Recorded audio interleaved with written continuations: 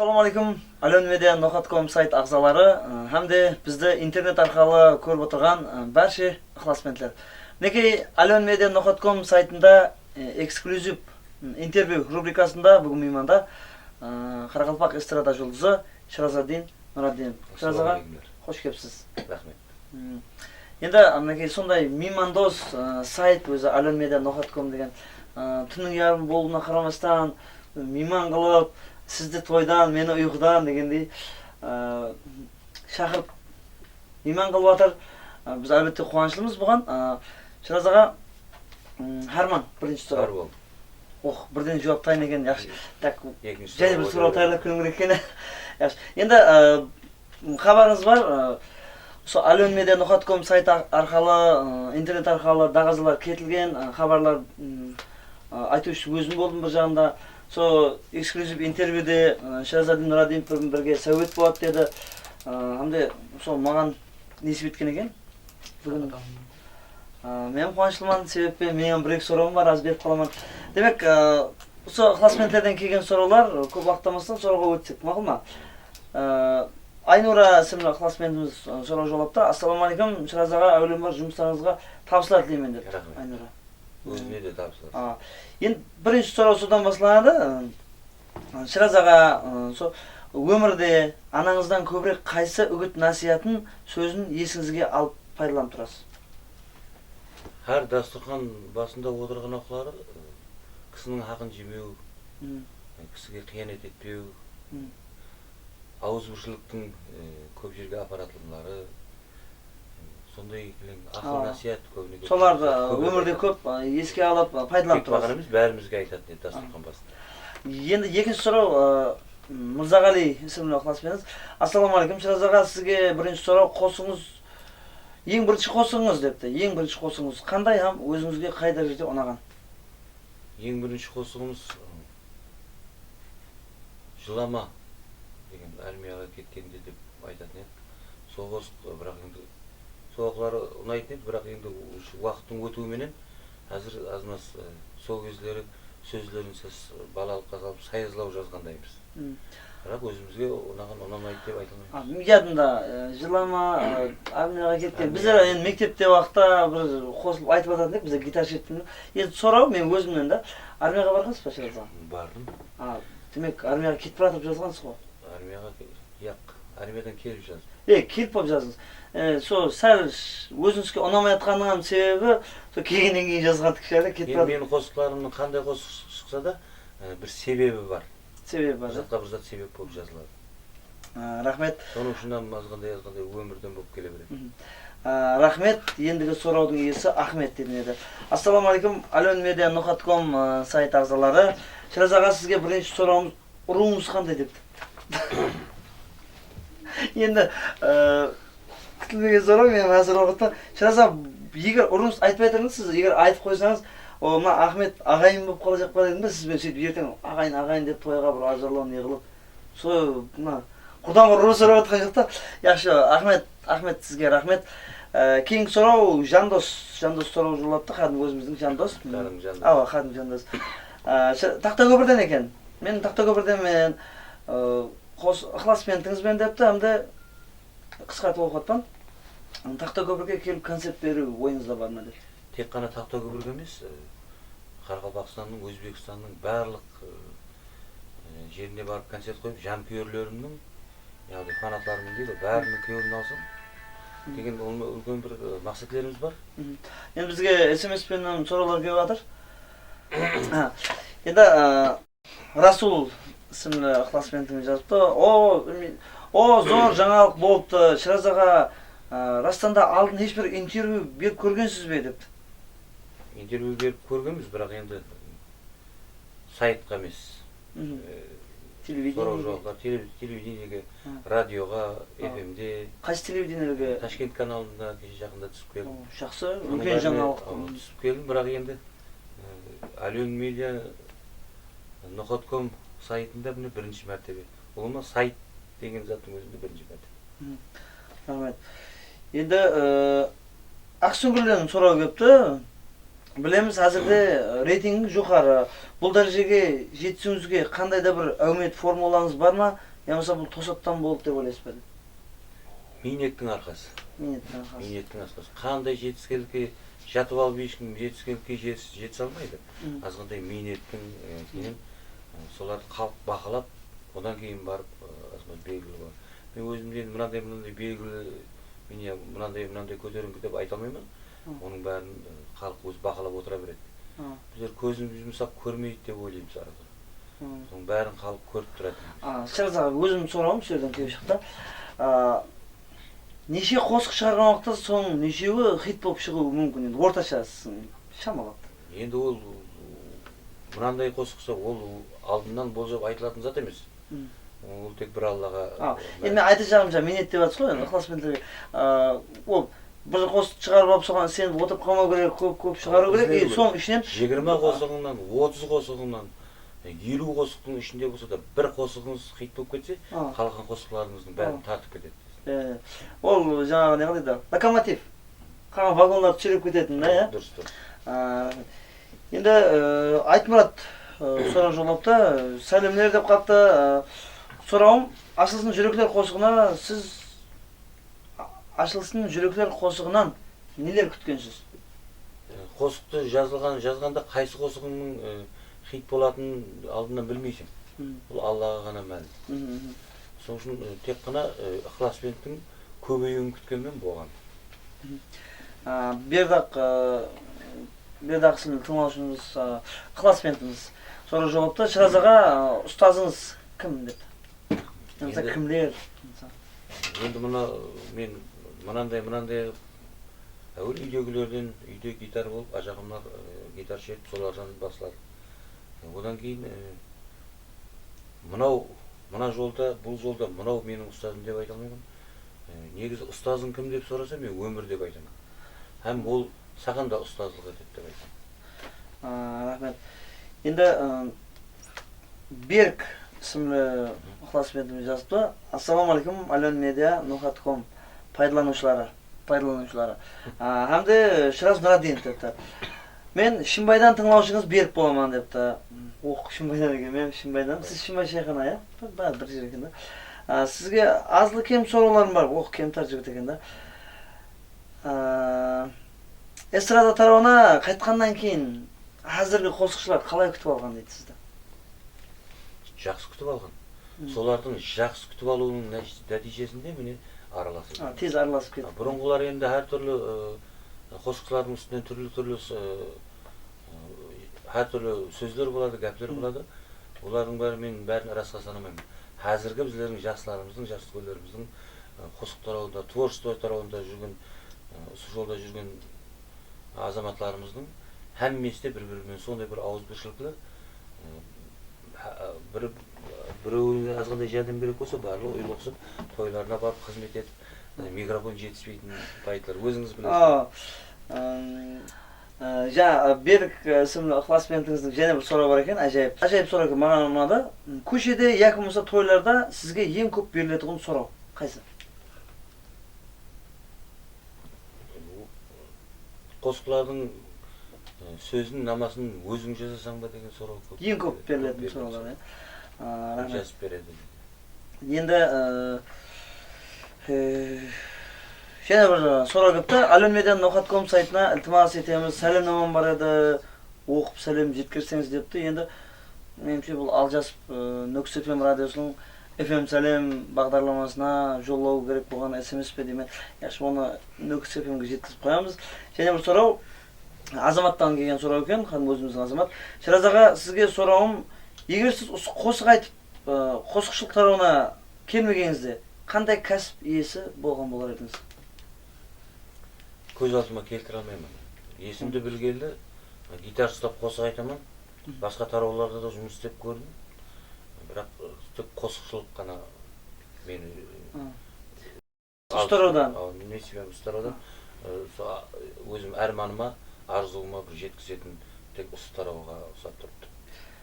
Келесі сұрау Саламат ісімлі ықыласпентіңізден. Шыраз аға, әулем бар, ассаламалейкум депті. Мен берден сәлем жеткізушімен да, берді екінші вазифам бар. Мен сүкке келі беріп, 4-5-ші мәрте сәлемдесіп атпыз. Енді құр қол сәлемдесіп жатыр деп не қылмайын енді. Қысынып жатырмыз енді. Сіздің осы күнге шекем шығарған қосық топтамаңыздан қайсы бірі сізге көбірек ұнайды деп? Әмме қосығымдан. Мен көп сондай сұрау жауапларда, интервьюларда көбірек айтып келдім. Менің лирик қосықларым қызымдай, шоқ қосықларым ұлымдай болып тұрады да көзіме. Сол үшін оны айырып болмайды, мынауым жақсы. Оны маған мен бәрі ұнай беруі мүмкін, бірақларды ықыласпенді қай жерде көп жерде соғысық айтылса соғысық ұнап кете береді. Бәрі ұнай береді қосықымның бәрі. Қосығыңыздың бәрі. Жаңа айтып жатсыз ғой енді, шоқ қосықлар ұлымдай, лирикалық қосықлар қызымдай деп. Менің ұлым қызым бар. Мен ішінде біреуін көбірек еркелетемін да, кішкентайын.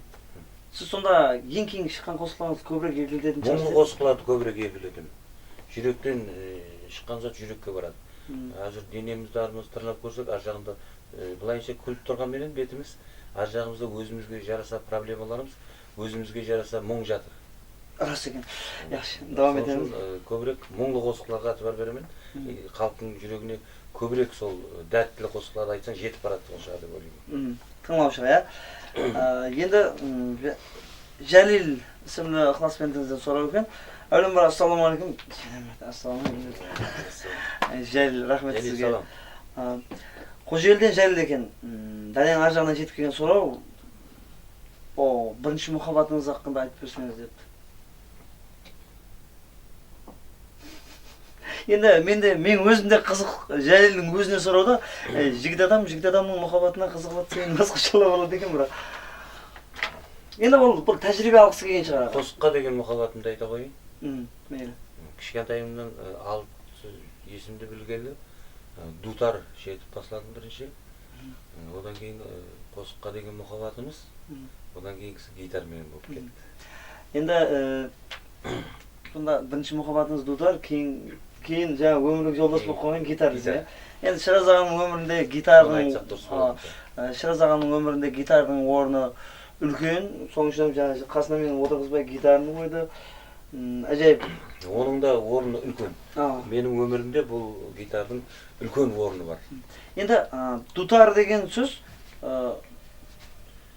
ду деген білмеймін, қос деп мен естуім бар. Қостар деген білдіреді деген да ескі араб тілінен. Дутар, қостар.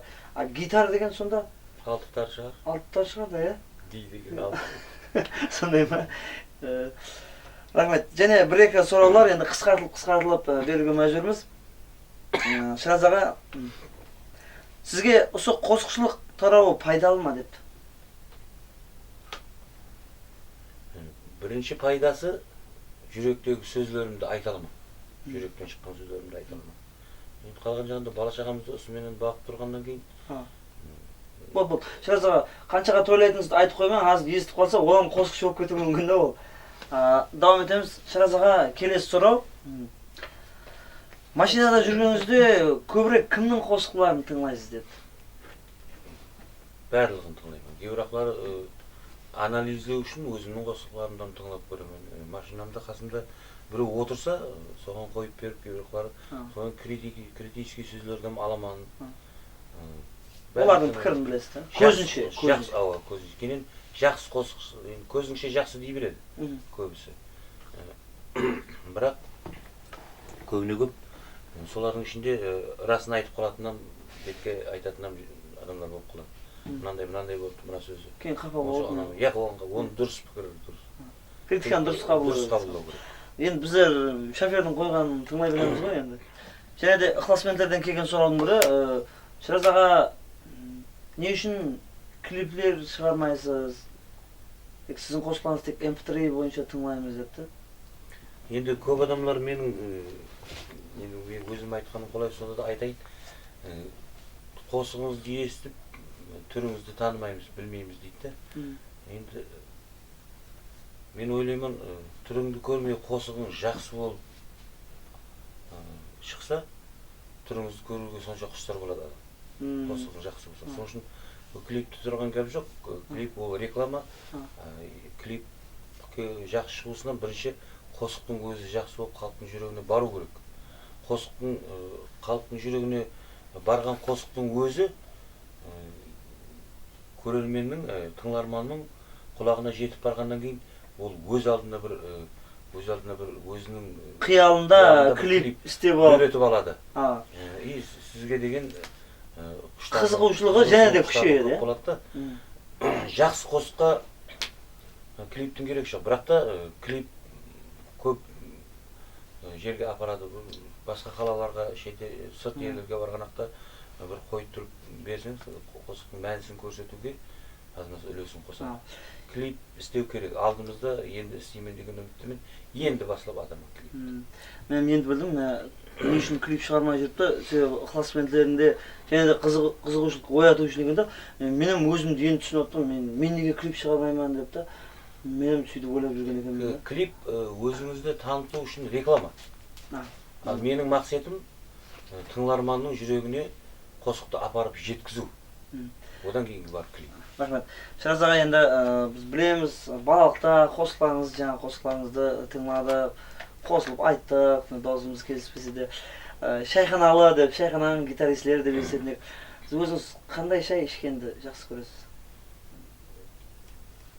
Барлық шайдан ішемін. Демек, шайханада шай таңдамайсыздар, шай таңдамаймыз. Ақ көңілменен демленген шайдың бәрін ішеміз. Егер үйге мейман келсе, өз қолыңызбен шай демлеп берген уақытлар болды ма? Біз енді үйді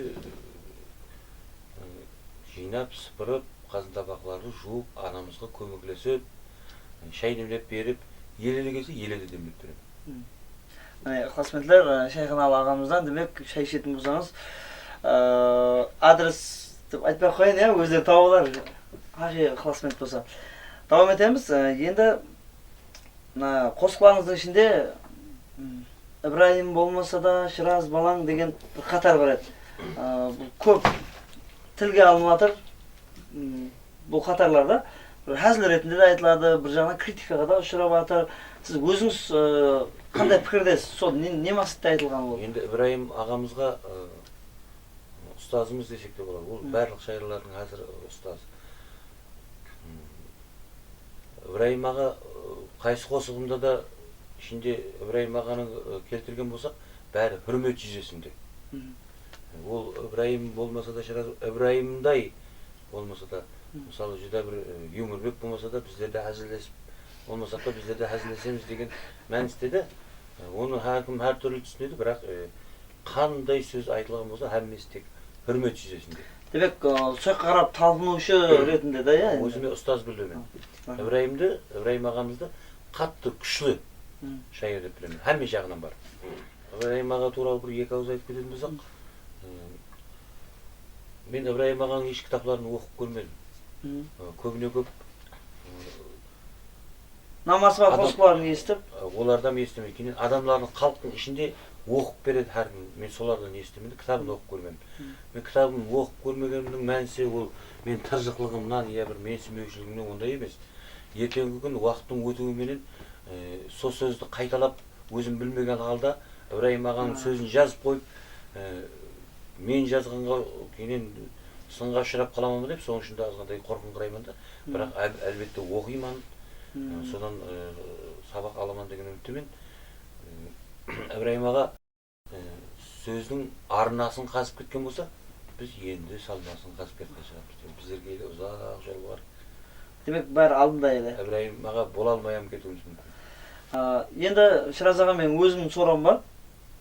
Пайдаланмайым, сұрақ беріп қалайын. Сізбен тойларда, зияпатларда көріп жүрміз, төкпе шайырлық қылып, суырып салма дейді ғой. Сол кезде бір қосықты өретіп, үстінен нам алып айтып жатқандарыңызды көп көрген мен өзімнің куәсі болып, өзімнің сондай бір басқа түсіп қалған жерімнен бар ядыңызда шығар.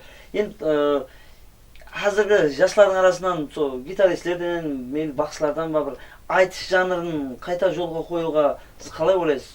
Жастардың арасынан табыла ма? Табылады. Егер сол табылса, әмен басын құрап бір айтыс шөгілместірсек, оны бір қатынсар ма едіңіз? Қатынсам. Сізге қызық па деген? Егер халыққа қандай бір пайдасы тиетін затлар болса, соның бәріне шақырсаңыз қатынаса беремін. Рахмет. Енді Ибраим атаның бір айтып жатырмыз, Ибраим атамыздың Бердақтың дутарына деген қосығы бар еді. Мен соған бір куплетіне бір әзіл қылып пародия жазып көрдім, айтып берсем. Шайханада саз ағласы, Қазақстанның куәсі, Шыраз ағамның мұңласы, дәртің баян әйле гитар дейді. Гитарам, сіз әр жөтелген сайын бір дың-дың дауыс шығып жатыр гитардың. Бұл гитардан бір сөйлейтін уақыты кеп қалған шығар деп ойлаймын. Бір жалын ауызда бір қосық тыңдасақ. Қалған интервьюдің қалған жағын гитармен давам етсек деймін. Енді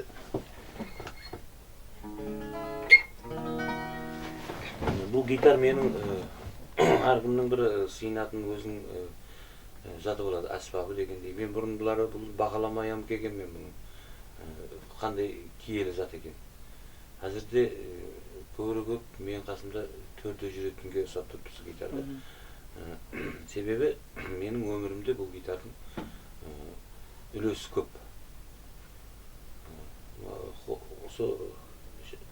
Қосқылардың дөрелуінде, демек, қалған жағында бейтар жүргеннен гитармен жүрген жақсылау дейсіз ғой, онда қосық тыңдаймыз. Сайтымыздан ұзақласпаң, демек Шыразадин Радин интернет-қабында жалын ауызда гитармен қосық. Мейлі, әзіргі бір таза қосығымыздың біреуі, әзіргі мұхаббатқа деген көзқарасымыздан дөреленген арманымды деген бір қосық айтып берейін.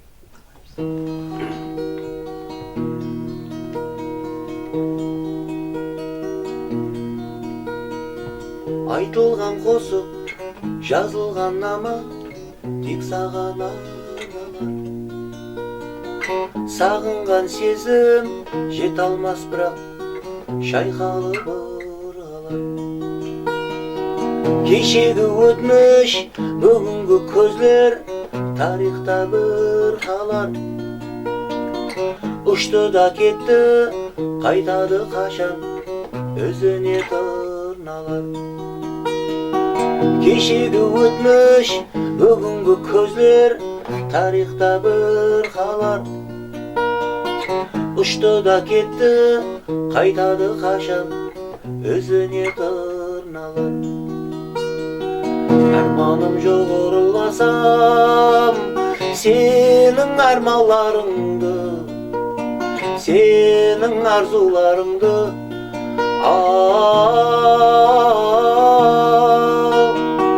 арманым жоқ ұрыласам, сенің арманларыңды, сенің арзуларыңды, арманыңды. Тағдыр сынайды, жүрек жылайды, уақытлар тоқтаса. Гүллер ішінде бір гүл ұнайды, иісі басқаша. Елейді өмір, қайтпайды сезім, тисе де тасқа да. Жазады қалем, ақырар жүрек, бұл енді басқаша. Елейді өмір, қайтпайды сезім, тисе де тасқа да. Жазады қалем, ақырар жүрек, бұл енді басқаша. Арманым жоқ ұрыласам, сенің арманларыңды, сенің арзуларыңды,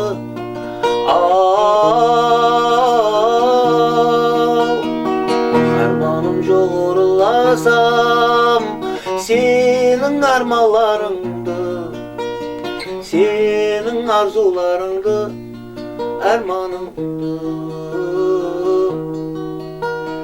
сенің арзуларыңды, арманыңды. Рахмет деп шапалақ болады егер зал болғанда да. Қазір біз камера алдындамыз. Демек, классменттерімізден бір әзет қалған шығар, жалын ауызда. Жалын ауызда дейміз ғой, үйренісіп кеттік та сол сөзге. Енді себебі бұл фонограмманың тәсірі шығар деймін да. Сіз қалай ойлайсыз? Фонограммамен айтқаннан, жалын ауызда айтқан концертлерде, тойларда қандай, не үшін фонограмма көбейіп бара жатыр деген ол? Техниканың өсіп бара тұрғанның себебі. Біздердің уақытымызда ешқандай техника бар жоқ. Аз болды болса да. Әзір техникалар қосып бара жатыр, адамдар деп алады десең. Техникалар қосып айтып бара жатыр. Дауысты өзгерту. Дауысын сәл азгандай бір бұзылыңқырап қайған жерін түзеп жіберуге техниканың себебі. Бірақ та жастарымыздың арасында, жас өлкөлөрүмүздүн арасында көбісі бәрі жаңылы айтады. Жастарымыздың арасында да жаңылы айтатын жастарымыз жүзде көп. Рахмет. Демек, осымен бүгінгі интервьюіміз, эксклюзив интервьюіміз жұмағына жетіп шамаласты. Камерада белгі беріп жатыр, тойға кетуім керек деп жатыр да енді. alionmedia.com сайты бұл жағынан той мерекелерге қызметте болады, реклама қылып айтып жібер деп еді ғой. Енді Шыразаға өзіңіз көріп отырған, интернет арқылы көріп отырған ықыласпендерге, alionmedia.com сайт ағзаларына шақырса, бір интервьюдің уақытында айтамын ау деген сөздеріңіз болса, мархабат, тыңдаймыз. Енді осы alionmedia.com сайтының ағзаларының мақсаты бүгін Шыраз ағамызды халыққа көрсетіп, танытып, және де бір-бірімізге сұрау жауаппенен жақынластырып жүректерімізді. Мақсаты сол болып тұр ғой енді. Соның үшін бірінші очередте рахметімді айтамын. Осы інілерімнің қасымда жүріп Шыраз аға кел деп қатардан қалдырмай осы аға деп шақырғанына рахметлер айтамын. Мұндан да бетер рауажланып үлкен студияларды сұрау жауап және де басқа да жұмыстарында табыстар тілеймін. Енді күнімененгі сұрау берген ітібарға алған сұрау иелеріне оқып атқан болса көпшілігі жастар себебі да? оқуларында табыстылар. Сұрауларынан білдім көбісі жастар екен. Себебі күнделікті жастарға тән сұраулар. Жастарға тән сұраулар барыпты. Оқуларында табыстылар. Оқып атқан болса диплом тойларында қызмет етейік. Және де жұмыс істеп атырғандар болса шаңырағына амаллық жұмысларына табыс. Сайт шыққанымыздан пайдаланып, мына байрам менен бәріңізді құттықтаймыз. Шаңырақларыңызға амаллық тілейміз. Рахмет. Шыраз аға, уақытыңызды көріп жіберсеңіз, сағат неше болған? 12-ге 10 минут қалды. Демек, бүгін 26 май, 27 майға 10 минут қалды. Шыраз ағамыз азыр ғана тойдан қызметтен кетірген пайты, сол alionmedia.com сайт ағзаларда бір тыншымайтын рахмет бұл жігітлерге де, мен қайыр қалдым.